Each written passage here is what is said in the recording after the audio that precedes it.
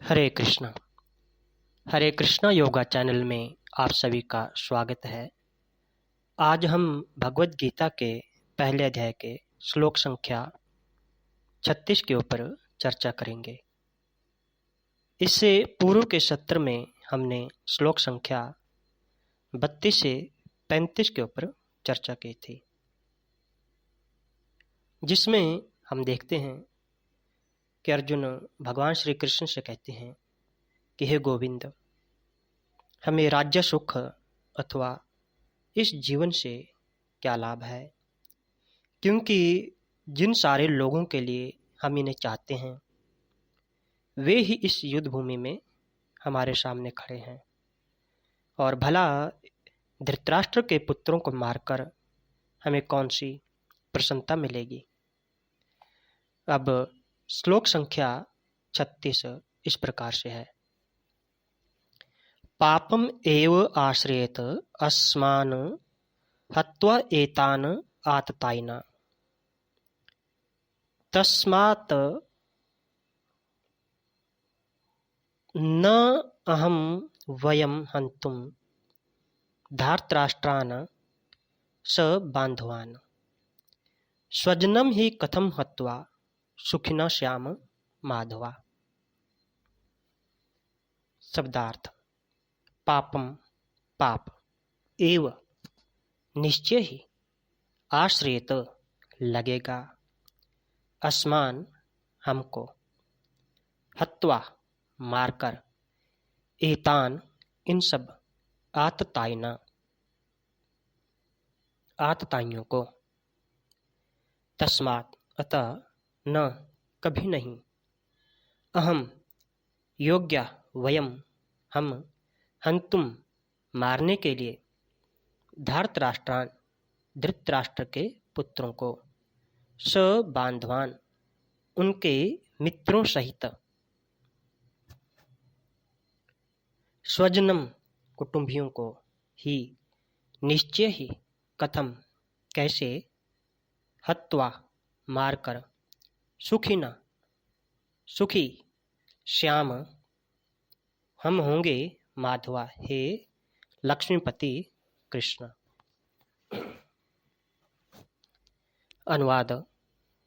यदि हम ऐसे आतताइयों का वध करते हैं तो हम पर पाप चढ़ेगा, अतः यह उचित नहीं होगा कि हम धृतराष्ट्र के पुत्रों तथा उनके मित्रों का वध करें। हे लक्ष्मीपति कृष्ण, इससे हमें क्या लाभ होगा और अपने ही कुटुंबियों को मारकर हम किस प्रकार सुखी हो सकते हैं। इस श्लोक के ऊपर हमारे आचार्य श्रील एसी भक्ति वेदांत स्वामी प्रभुपाद जी ने बहुत ही सुंदर तात्पर्य दिया है और श्लोक के भावार्थ को बहुत ही सरल तरीके से इसमें समझाया है। उसके ऊपर चर्चा हम मंगलाचरण कर लेते हैं, उसके बाद करते हैं।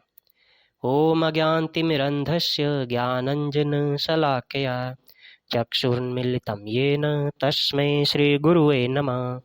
श्रीचैतन्यमनोभीष्टं स्थापितं येन भूतले स्वयं रूप कदा मह्यं ददाति स्वपदान्तिकं। वन्देऽहं श्रीगुरु श्रीयुतपदकमलं श्रीगुरून् वैष्णवांश्च श्रीरूपं साग्रजातं सहगण रघुनाथान्वितं सजीवं साद्वैतं सावधूतं परिजनसहितं कृष्णचैतन्यदेवं श्रीराधा कृष्ण पादान् सहगण ललिता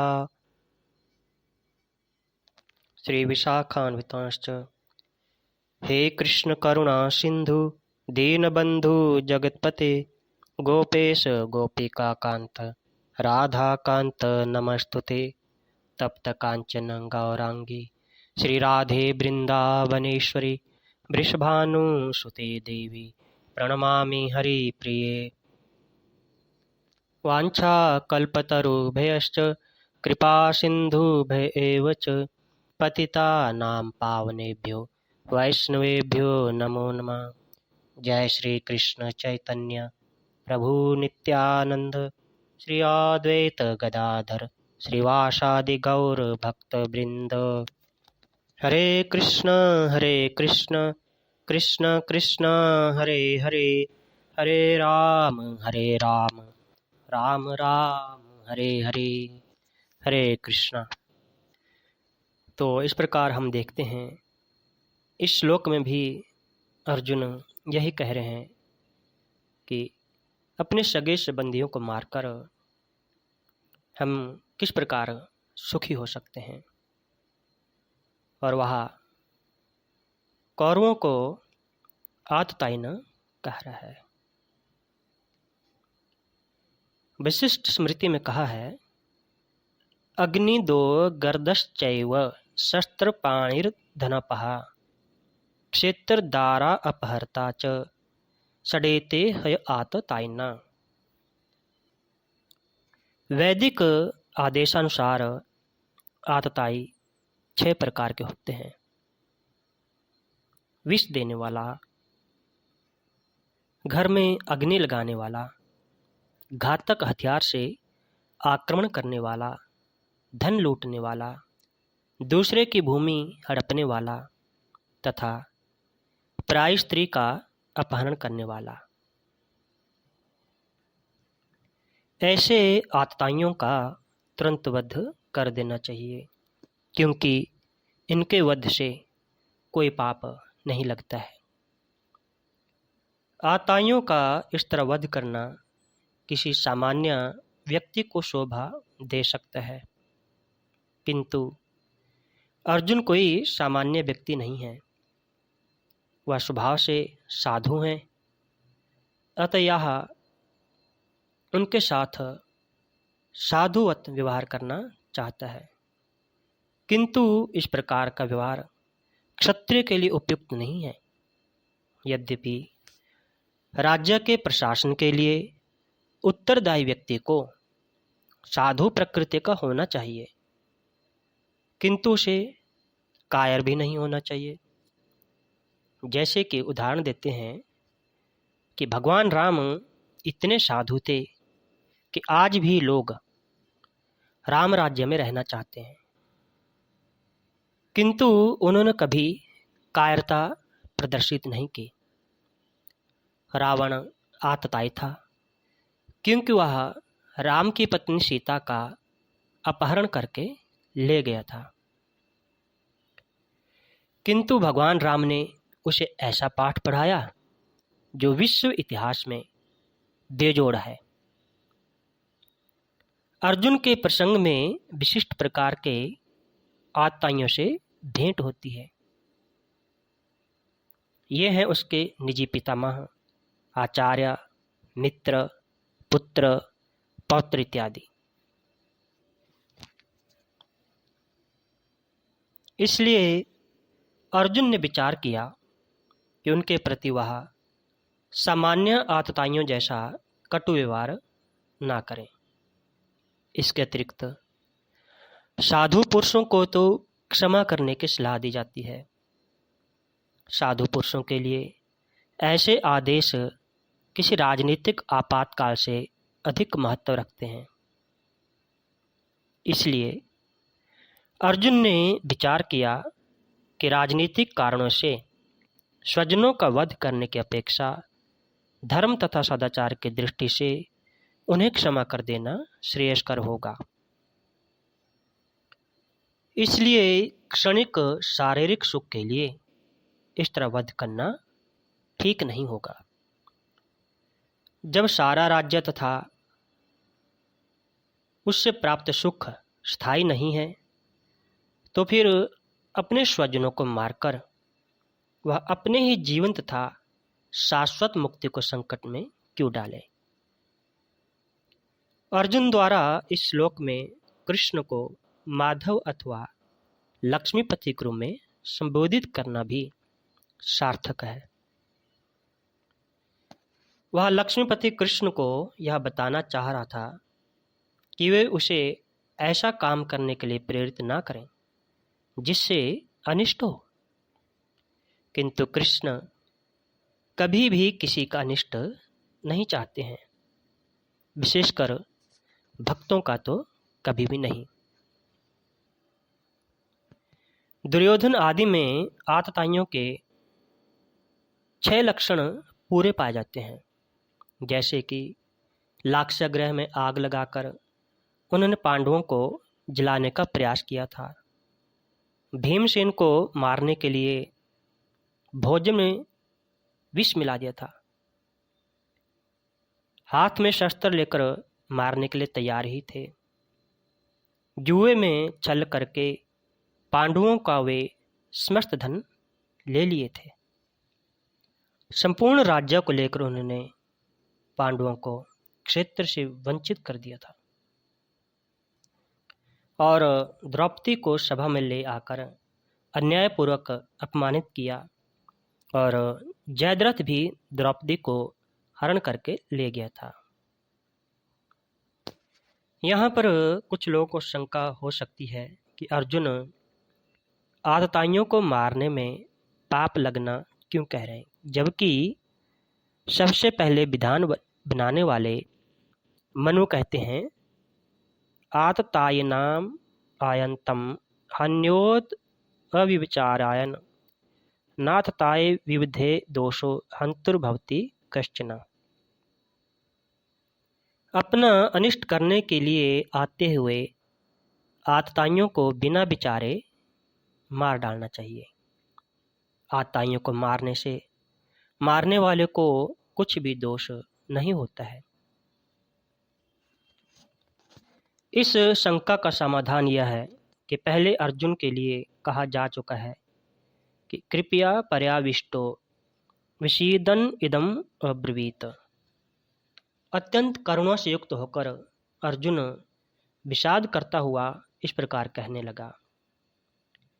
इस श्लोक में भगवान को अर्जुन माधव भी कहते हैं। महाभारत में लिखा है माधवो मधु। माधव और मधु श्री कृष्ण के नाम हैं। माँ प्लस धव से माधव बनता है। माँ कहते हैं विद्या को और धव कहते हैं स्वामी को। वेति अन्य इति विद्या, जिससे सत असत वस्तु जानी जाए उसे विद्या कहते हैं। विद्याएं 14 हैं। प्राणम न्याय मीमांसा शास्त्रांग मिश्रिता वेदस्थानानि विद्यानां धर्मस्य च 14। पुराण, न्याय, मीमांसा, धर्मशास्त्र, शिक्षा, कल्प, व्याकरण, निरुक्त, छंद, ज्योतिष, ऋग्वेद, यजुर्वेद, सामवेद, अथर्ववेद। इन 14 विद्यों के स्वामी होने से श्री कृष्ण का नाम माधव है। हरिवंश में कहा गया है माँ विद्या श्रीहरे प्रोक्ता तस्य ईशो यतो भवान तस्मान माधव नामसि धवा स्वामी इति शब्दिता। माँ श्रीहरि को विद्या को कहते हैं, उसका स्वामी आप हैं, इससे आपका नाम माधव है। धव यहाँ स्वामी को ही कहा गया है। अर्थशास्त्र अनुमति देता है कि आताइयों को अर्थात ऐसे हमलावारों को मार दिया जाए। फिर अर्जुन कहते हैं कि उन्हें मारने से पाप लगेगा। इसलिए विश्वनाथ चक्रवर्ती ठाकुर कहते हैं कि अर्जुन धर्मशास्त्र के स्तर पर बोल रहे हैं, अर्थशास्त्र के स्तर से नहीं। धर्मशास्त्र जो अधिक आधिकारिक है, यह प्रतिपादित करता है कि किसी के मित्रों और रिश्तेदारों को मारने की अनुमति नहीं है। आतताइयों को मार दें, यह अर्थशास्त्र है, और किसी की भी हिंसा ना करें, यह धर्मशास्त्र है। जिसमें अपना कोई स्वार्थ रहता है वह अर्थशास्त्र कहलाता है, और जिसमें अपना कोई स्वार्थ नहीं रहता वह धर्मशास्त्र कहलाता है। अर्थशास्त्र की अपेक्षा धर्मशास्त्र बलवान होता है। अतः शास्त्रों में जहाँ अर्थशास्त्र और धर्मशास्त्र दोनों में विरोध आए, वहाँ अर्थशास्त्र का त्याग करके धर्मशास्त्र को ही ग्रहण करना चाहिए। स्मृत्योर विरोधे न्यायस्तु बलवान्य व्यवहारता अर्थशास्त्रस्तु बलववृद्ध धर्मशास्त्रम इति स्थिति। अर्थशास्त्र के अनुसार आताइयों की हत्या उचित है, परंतु अर्थशास्त्र धर्मशास्त्र से दुर्बल होता है।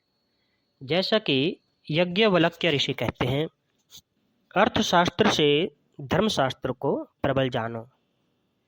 अतः धर्मशास्त्र अनुसार आचार्य आदि के वध से अवश्य ही पाप लगेगा। इतना ही नहीं, इससे कोई ऐतिहासिक सुख भी प्राप्त नहीं होगा। इसलिए ही अर्जुन स्वजनम इत्यादि वाक्य कह रहे हैं। तो इस तरह से अर्जुन का आंतरिक भाव है कि पाप का अनुष्ठान करके कोई भी सुखी नहीं रह सकता। उसे पारलौकिक सुख की तो बात ही क्या है। वेद, स्मृति, सदाचार और आत्मतुष्टि ये धर्म के 4 लक्षण हैं। स्वजनम अर्थात बंधु बांधवों के विरुद्ध युद्ध करना, वेद और सदाचार के विरुद्ध आत्मग्लानि प्रद है। यहाँ ये हमारे घनिष्ठ संबंधी हैं। इस करुणा जनित, ममता जनित मोह के कारण अपने क्षत्रियोचित धर्म की तरफ अर्जुन की दृष्टि ही नहीं जा रही है। कारण यह है कि जहाँ मोह होता है वहाँ मनुष्य का विवेक दब जाता है। विवेक दबने से मोह की प्रबलता हो जाती है। मोह के प्रबल होने से अपने कर्तव्य का स्पष्ट भान भी नहीं रहता है। अब यहाँ पर यह शंका होती है कि जैसे तुम्हारे लिए दुर्योधन आदि स्वजन हैं, वैसे ही दुर्योधन आदि के लिए तुम भी तो स्वजन हो। स्वजन की दृष्टि से तुम तो युद्ध से विमुख होने की बात कर रहे हो, पर जबकि दुर्योधन आदि युद्ध से विमुख होने की बात नहीं सोच रहे हैं। इसका क्या कारण है? तो इसका उत्तर अर्जुन आगे के 2 श्लोकों में देते हैं। उनके ऊपर चर्चा हम अगले सत्र में करेंगे। तब तक सभी को Hare Krishna. Thank you very much.